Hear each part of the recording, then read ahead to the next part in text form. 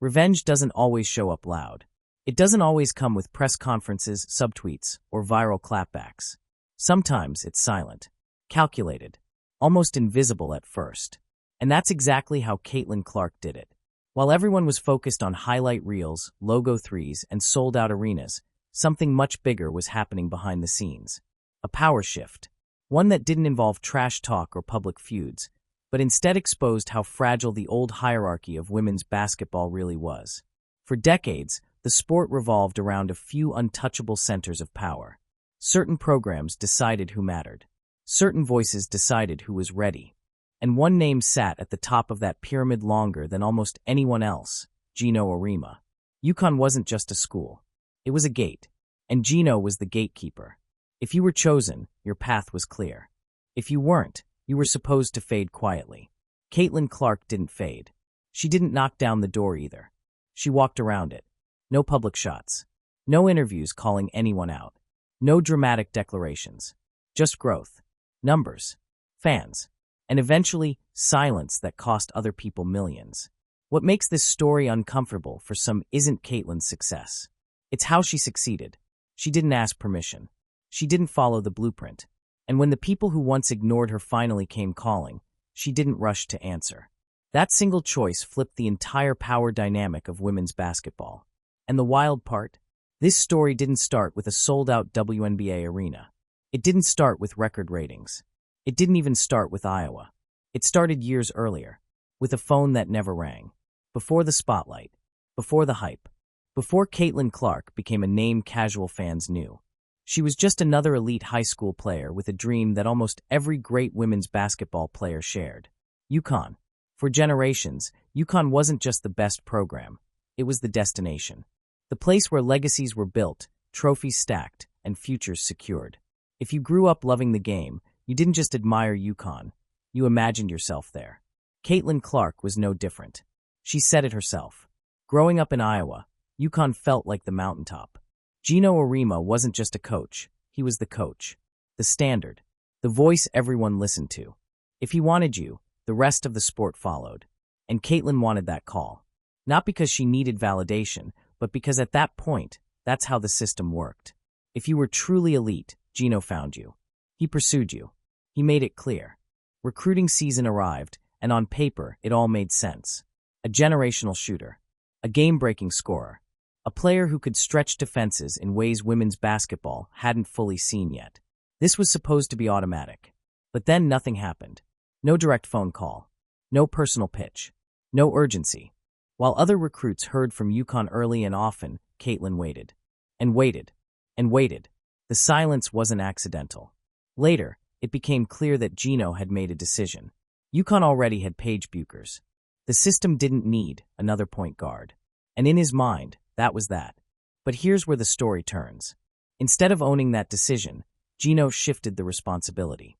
He suggested that if Caitlin really wanted UConn, she should have called him. Let that sit for a moment. A teenager. Expected to chase the most powerful coach in the sport. After being ignored. That wasn't just a recruiting miss. That was a message. You're not a priority. You're optional. You're replaceable. And that kind of message doesn't disappear. Caitlin didn't go on social media. She didn't complain to the press. She didn't leak frustration. She absorbed it. This is the part most people overlook. Because at the time, it didn't seem dramatic. There was no public fallout. No viral debate. Just a quiet pivot. She chose Iowa. To outsiders, it looked like settling. No dynasty. No automatic national spotlight. No borrowed prestige. Just a solid program without the brand power of UConn. But beneath the surface, that decision was the first crack in the system. At Iowa, Caitlin wasn't joining an empire. She was the empire. No hierarchy to navigate. No legacy players to orbit. No coach holding the keys to relevance. The game was hers. And while Geno moved on, confident he'd made the right call, something else was happening. Caitlin wasn't shrinking without UConn's approval. She was growing faster than anyone expected. Every year that phone stayed silent became fuel. Every dismissive explanation hardened into memory. Not anger. Not resentment. Awareness. Because Caitlin learned something early that would define her entire career. Power only matters if you depend on it. And she was already learning how not to. From the outside, Caitlin Clark choosing Iowa looked like a compromise. No stacked trophy case. No automatic Final Four expectations. No national machine built to carry her name before she ever stepped on the court. To casual fans, it felt like the kind of decision elite players make when the top doors close. A solid program, sure, but not the throne. Not the spotlight. Not the place legends were supposed to go. But that assumption missed the entire point. Because Caitlin Clark wasn't looking for shelter. She was looking for control. At UConn, greatness came with conditions. You fit into the system, not the other way around. The machine worked because every piece knew its place. Stars shined, but only within a structure that already existed. At Iowa, there was no structure waiting. And that's exactly why it worked. From the moment Caitlin arrived in Iowa City, the expectations flipped. She wasn't competing for approval. She wasn't proving she belonged. She wasn't adjusting her game to fit a legacy. The program adjusted to her. That freedom mattered more than banners ever could. She wasn't told when to shoot. She wasn't warned about taking risks. She wasn't boxed into what a point guard was supposed to look like. Those deep logo threes that would later go viral? They weren't accidents. They were the product of trust. The greenest light possible. A coaching staff willing to live with the chaos because they believed in the result. And almost immediately, the results started rewriting expectations. Crowds grew. Energy shifted. People started paying attention, not because Iowa was winning titles, but because something about this player felt different. This wasn't dominance built on efficiency alone. It was spectacle. It was confidence. It was audacity. Every shot Caitlin took from absurd range wasn't just a highlight, it was a statement.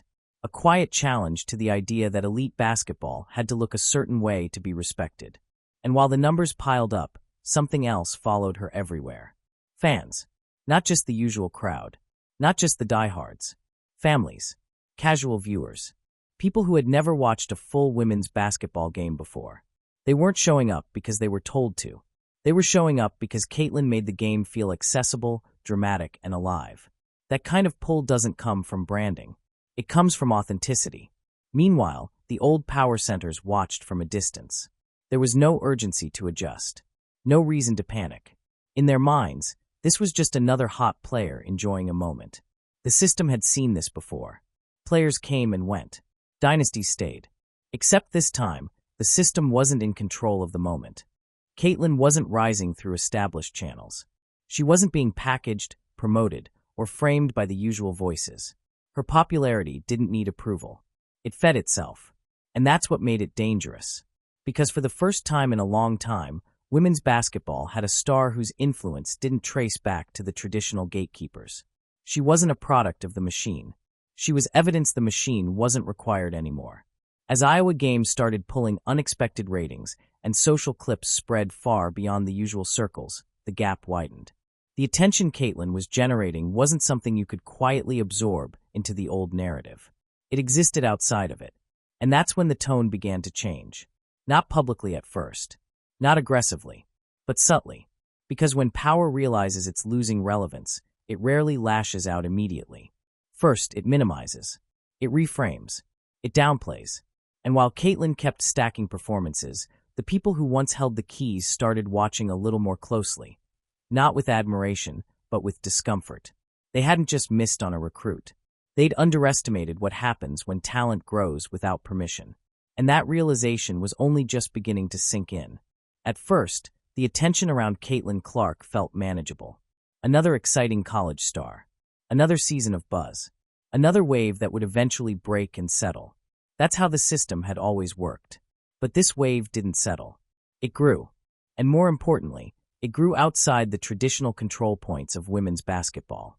Caitlin's rise wasn't being guided by legacy media narratives or filtered through the usual voices that decided what was legitimate. It was happening in real time, driven by clips, reactions, and fans who didn't need permission to be excited. That was the shift. Sold-out arenas weren't being manufactured through hype campaigns. They were happening because people wanted to be there. Record-breaking TV numbers didn't come from forced promotion. They came because casual viewers kept tuning in again. And once that kind of momentum starts, it doesn't slow down easily. The logo threes weren't just impressive, they were symbolic. They broke the visual language of the game. Suddenly, Women's basketball didn't look the way people expected it to look. It felt bolder, faster, more daring. That change mattered, because the sport had spent years fighting for attention using the same traditional arguments: fundamentals, discipline, purity of the game. Caitlin didn't reject those things, but she added something else: spectacle. And spectacle travels farther than tradition. Every viral clip pulled in someone new. Every packed arena created another story. Every record broken fed the narrative that something historic was unfolding. What made this different was where the credit went. It didn't flow back to a program like UConn. It didn't reinforce an old dynasty. It didn't strengthen the voices that had always framed the sport. It centered on Caitlin.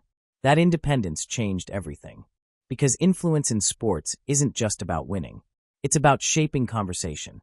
And suddenly, the conversation didn't need the old power brokers anymore. Geno Auriemma had built a career not just on championships, but on authority.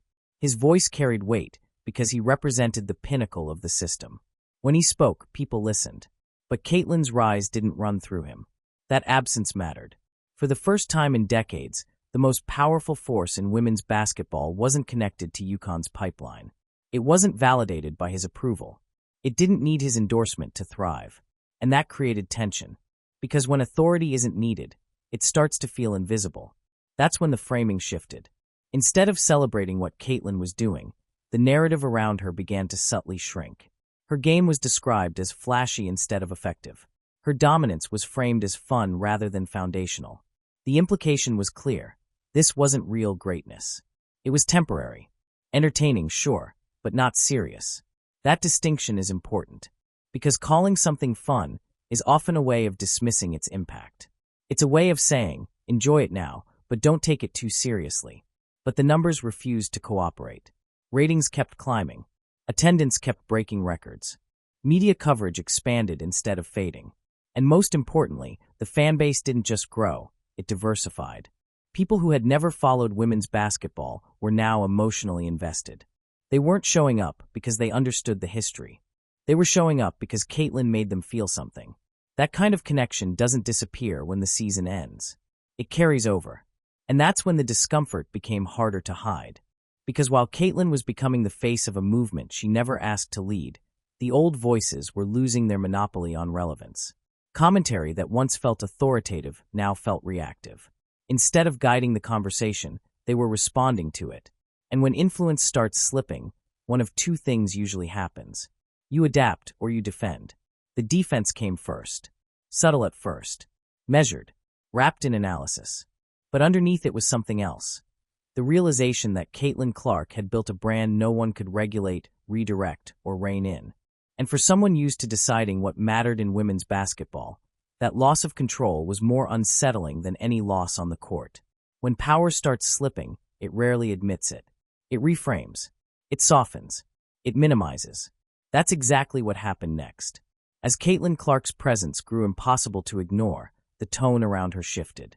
Not from fans, from the people who once controlled the narrative.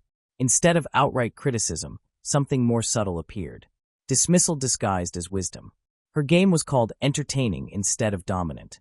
Her shooting range was framed as reckless instead of revolutionary. Her impact was reduced to excitement, not substance. And then came the comments that revealed the mindset underneath. The suggestion that she played like she was just messing around in a driveway. On the surface, it sounded harmless, almost playful. But context matters, because in basketball culture, that phrase carries weight. It implies a lack of structure, a lack of seriousness, a lack of discipline. It's a way of saying, this isn't real basketball. And that distinction wasn't accidental. For decades, women's basketball had been defined by control, precision, systems, the idea that greatness came from fitting within strict parameters. Caitlin's game challenged that visually and philosophically. She didn't wait for perfect looks. She didn't stay within invisible boundaries. She stretched the floor beyond what was considered acceptable. That kind of freedom can feel threatening to people who built their authority on structure. So instead of adjusting the lens was tightened. Her success was framed as situational. Her highlights were treated as novelty. Her dominance was described as exciting but unsustainable. The subtext was clear. Enjoy it while it lasts. But again, the problem wasn't opinion. It was reality. The deeper into her college career Caitlin went, the harder it became to argue she was just a moment. Defenses tailored entire game plans around stopping her, and still failed. Opponents sold out arenas simply because she was in town. That doesn't happen by accident. Yet the commentary didn't evolve. It calcified. Instead of acknowledging that the game itself was changing, the change was treated like an anomaly. Something external. Something separate from the real basketball world. And that's where the disconnect grew. Because while analysts and gatekeepers debated whether Caitlin's style was sustainable, the audience had already decided. They weren't confused. They weren't skeptical. They were convinced. They showed up. They stayed engaged. They brought new viewers with them. That's the part that stung. Not that Caitlin was great, but that she was great without approval. Her rise didn't validate the old voices. It bypassed them. And when bypassing becomes the norm, authority starts to feel ornamental. This is where insecurity creeps in. Not loud insecurity. Not angry outbursts. Quiet ones. Little comparisons. Subtle reframing. Gentle reminders of past dynasties. The narrative slowly shifted from what Caitlin is doing to how it compares to what we've already seen. That's not analysis. That's containment. Because if you can fit her into an old box, you don't have to admit the box is outdated. But no matter how much the commentary tried to shrink her impact, the gap between words and results kept widening. Caitlin wasn't just drawing attention. She was changing habits. People planned their schedules around her games. Networks adjusted coverage. Media outlets led with her performances because they knew engagement followed. That's not a phase. That's power. And the more undeniable it became, the more the minimization stopped working. So the approach changed again. Because when you can't shrink the player, you start questioning the people who believe in her. And that's where things crossed a line. Up until this point, everything had been subtle. Side comments. Dismissive framing. Carefully worded critiques that could be brushed off as just analysis. But then the restraint slipped. Because when authority feels its grip weakening, it often reveals what it actually thinks, not about the player, but about the people who support her. That moment came during a public conversation that was supposed to sound measured and reasonable. Instead, it exposed the frustration that had been building beneath the surface. Caitlin Clark wasn't the main target anymore. Her fans were. They were labeled delusional, unknowledgeable, disrespectful to the game. The claim wasn't just that Caitlin might struggle at the next level.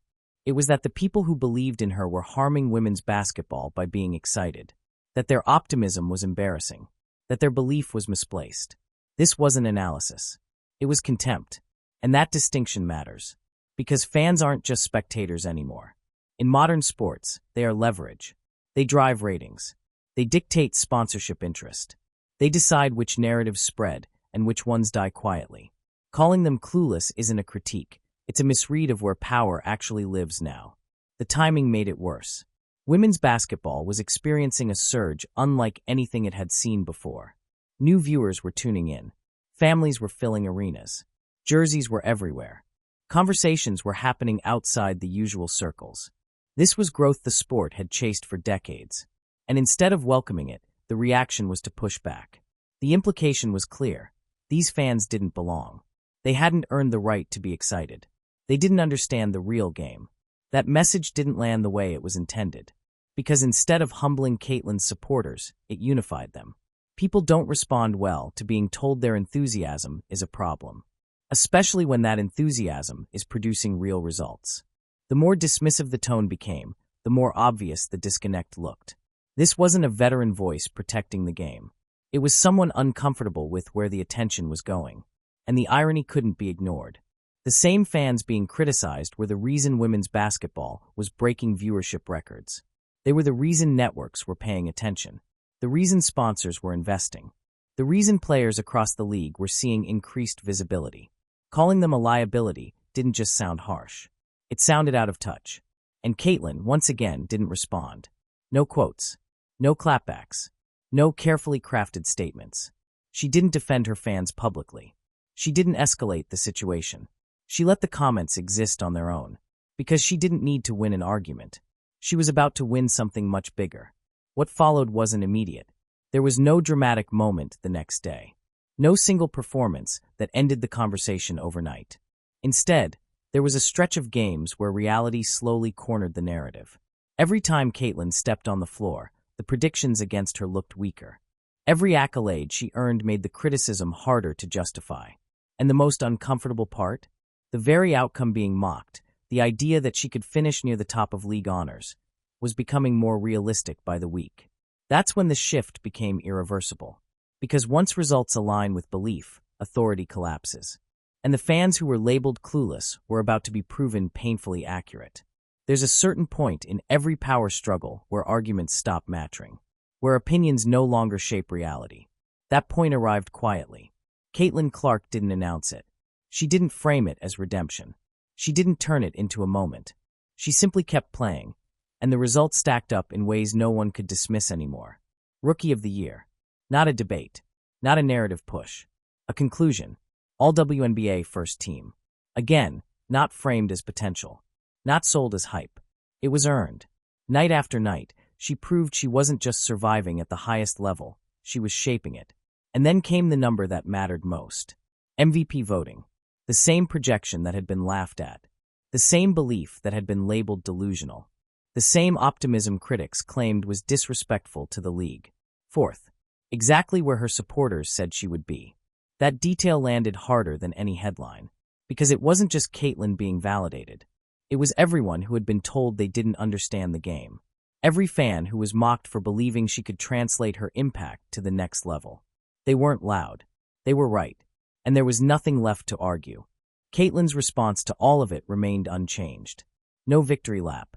No post-game quotes aimed at critics. No subtle digs. Just basketball. Deep threes that bent defenses out of shape. Quick reads that punished double teams. Poise in moments that were supposed to expose her. Every performance chipped away at the credibility of the commentary that came before it. The more consistent she became, the more dated the criticism sounded. And that's the part people underestimate. Being wrong is one thing. Being publicly wrong while refusing to adjust is another. Because once the awards rolled in, the conversation shifted. What once sounded confident began to sound bitter. What was framed as wisdom started reading like defensiveness. The authority that had tried to define Caitlin's limits was now being defined by its failure to predict her success. And the coldest part of all, she never acknowledged the conflict. She didn't need to. The court handled it. Every sold-out game rewrote expectations. Every record broken made old arguments irrelevant. Every accolade made it harder to pretend this was just a phase. By the end of that stretch, the question wasn't whether Caitlin belonged. It was how anyone ever thought she wouldn't. And that realization hit deeper than any personal feud ever could. Because it wasn't about losing an argument to a player. It was about losing authority to reality.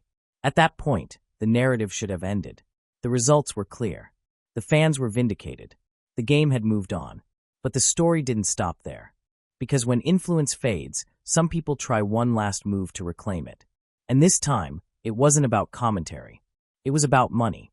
By the time Caitlin Clark's rookie season rewrote expectations, something else had already changed behind the scenes. The conversation around women's basketball was no longer controlled by the same voices. Attention had shifted. Fans had chosen their focal point. And influence was drifting away from the old centers of gravity. For someone who had spent decades shaping the sport from the top down, that shift wasn't just noticeable, it was unsettling. Because influence doesn't disappear overnight. It erodes. And when it does, the first instinct is rarely to step aside. It's to find another way to stay central. That's where the new league entered the picture.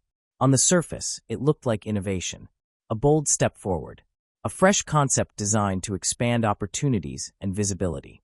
A 3-on-3 women's league positioned as something different, faster, flashier, and disconnected from the constraints of the traditional system.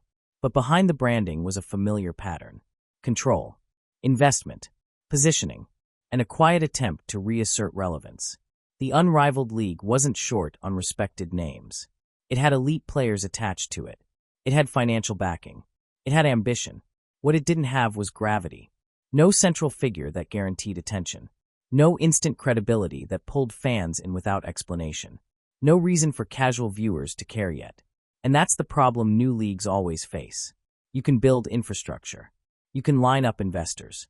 You can talk about vision. But without a face, none of it sticks. Everyone involved understood that. And there was only one face that could solve it instantly. Caitlin Clark. By this point, her value had become impossible to ignore. Not just as a player, but as a catalyst. Wherever she went, attention followed. Ratings jumped. Media coverage expanded. Ticket demand surged. She didn't just bring fans. She brought legitimacy. For a league trying to establish itself as a serious force, Caitlin wasn't just a target. She was the missing piece. The shortcut.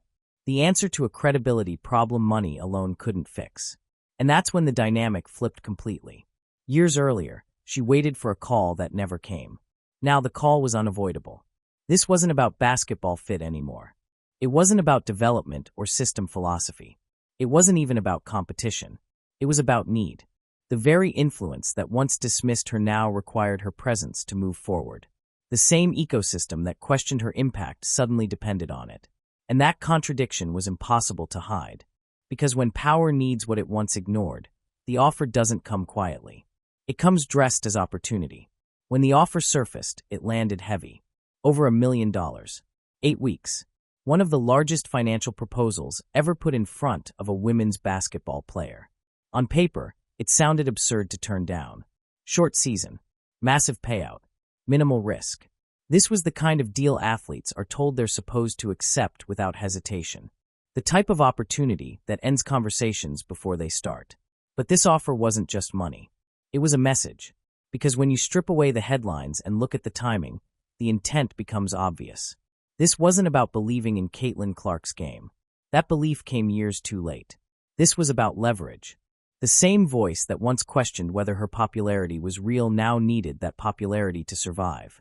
The same ecosystem that dismissed her fans now depended on them to tune in, buy tickets, and legitimize a brand new league. The contradiction couldn't have been clearer.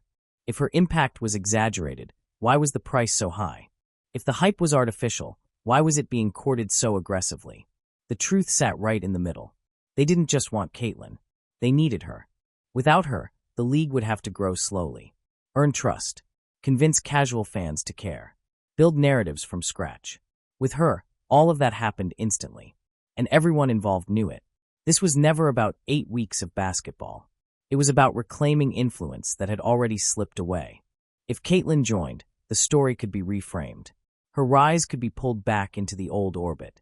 Her success could be positioned as something still connected to the same power structure she had already outgrown. It was a reset button, or at least it was supposed to be. But Caitlin saw the offer differently. She didn't see opportunity. She didn't see validation. She didn't see security. She saw timing. The coach who once stayed silent was now loud. The system that once minimized her now paid a premium. The fans that were mocked were suddenly essential. That doesn't feel like respect. It feels like desperation. And desperation is easy to spot when you've spent years building without help. Caitlin didn't need the exposure. She already had it. She didn't need the platform. She already was the platform. She didn't need the money. She had options. Most importantly, she didn't need the connection. Because she had already proven the most dangerous thing a gatekeeper can hear: I'm fine without you. That realization changes how an offer feels. What looks like generosity from one side looks like dependency from the other. And Caitlin understood that better than anyone. So when the moment arrived, there was no drawn-out negotiation. No public weighing of options. No media tour hinting at interest. Just a decision. One word. No. The word itself didn't echo. There was no announcement. No press release. No carefully worded explanation. Just a quiet refusal. And that silence did more damage than any public rejection ever could. Because when Caitlin Clark said no, it wasn't just a player declining a contract. It was a system being denied relevance. The kind of denial money was supposed to prevent. This wasn't a negotiation that fell apart. It was a door that never opened. No counteroffer. No delay. No public hesitation. That's what made it sting. If Caitlin had entertained the idea, even briefly, it would have suggested dependency. It would have implied that the offer carried leverage, that the system still had something she needed. But she didn't blink. And in that moment, the balance of power became impossible to ignore. Because without Caitlin, the Unrivaled league didn't just lose a star, it lost its shortcut. The path that would have instantly pulled in millions of casual viewers disappeared overnight. What was meant to feel bold suddenly felt fragile. The 7-figure offer stopped looking like confidence and started looking like panic. The kind of move you make when time is running out and influence isn't what it used to be. Fans saw it immediately. Online reactions weren't sympathetic. They were surgical. People didn't debate whether Caitlyn made the right choice. They understood exactly why she said no. Because this wasn't about basketball. It was about respect. And respect doesn't arrive late with a check attached. The league could still exist without her. It could still function. It could still try to grow. But now it had to do it the hard way. Earn attention. Convince fans. Build trust organically.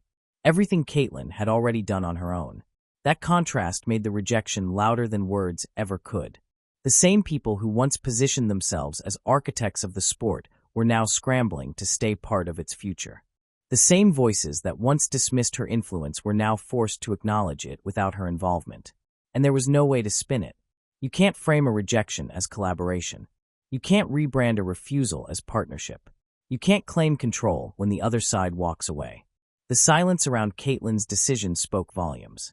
She didn't attack. She didn't embarrass anyone publicly. She didn't explain herself. She simply removed herself from the equation. And by doing that, she exposed something uncomfortable. The system needed her far more than she ever needed it. That realization rippled outward. Because this wasn't just about one league or one offer. It was about the illusion that power still flowed downward from a few select gatekeepers. Caitlyn shattered that illusion without raising her voice. She didn't take the money. She didn't take the meeting. She didn't take the call that finally came. She moved forward.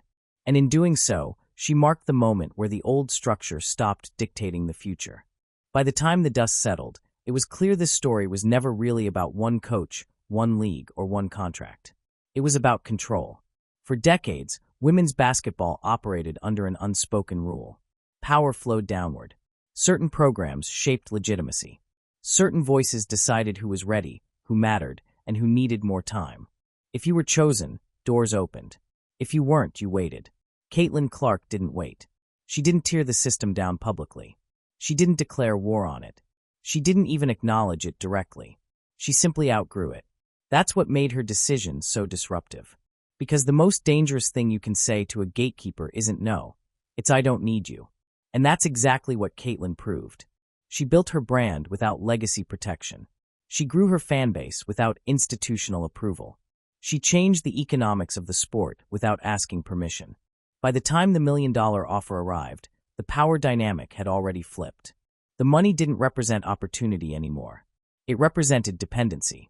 And Caitlyn refused to step back into a structure she had already surpassed. That refusal sent a message far beyond one league. It told every young player watching that the old path isn't the only path anymore. You don't have to chase validation from the same institutions that once controlled access. Fans decide value now. Attention decides leverage. Impact decides relevance. Not resumes. Not history. Not titles from decades ago. This is why the moment stung so deeply. Because it exposed something uncomfortable. The sport no longer revolved around the same centers of power. The gravity had shifted, and no amount of commentary or money could pull it back. Caitlyn didn't crown herself. She didn't ask to lead a movement. She didn't position herself as a disruptor. She just played. And in doing so, she showed how outdated the old structure had become. The irony is that none of this required confrontation. No feud needed to be escalated. No public reckoning was demanded. All it took was one quiet decision. One refusal. One reminder that power only exists if people keep handing it over. That's why this story matters. Not because someone lost control, but because players finally realized they don't need it granted to them in the first place. And this won't be the last time you see something like this happen. These shifts are happening behind the scenes, away from press conferences and headlines. Deals that fall apart quietly. Influence that fades without announcements. Power structures that crack when they're no longer needed. That's the real story shaping basketball right now. And if you want to stay ahead of it, the moves they don't want discussed, the leverage plays happening off the court, the moments that quietly change the future of the game, make sure you're locked in. Subscribe to Basket now. Because we don't chase highlights, we break down power. We connect the dots they hope you miss. And we cover every shift before it becomes obvious. Stay sharp. Stay ahead. The next power move is already happening.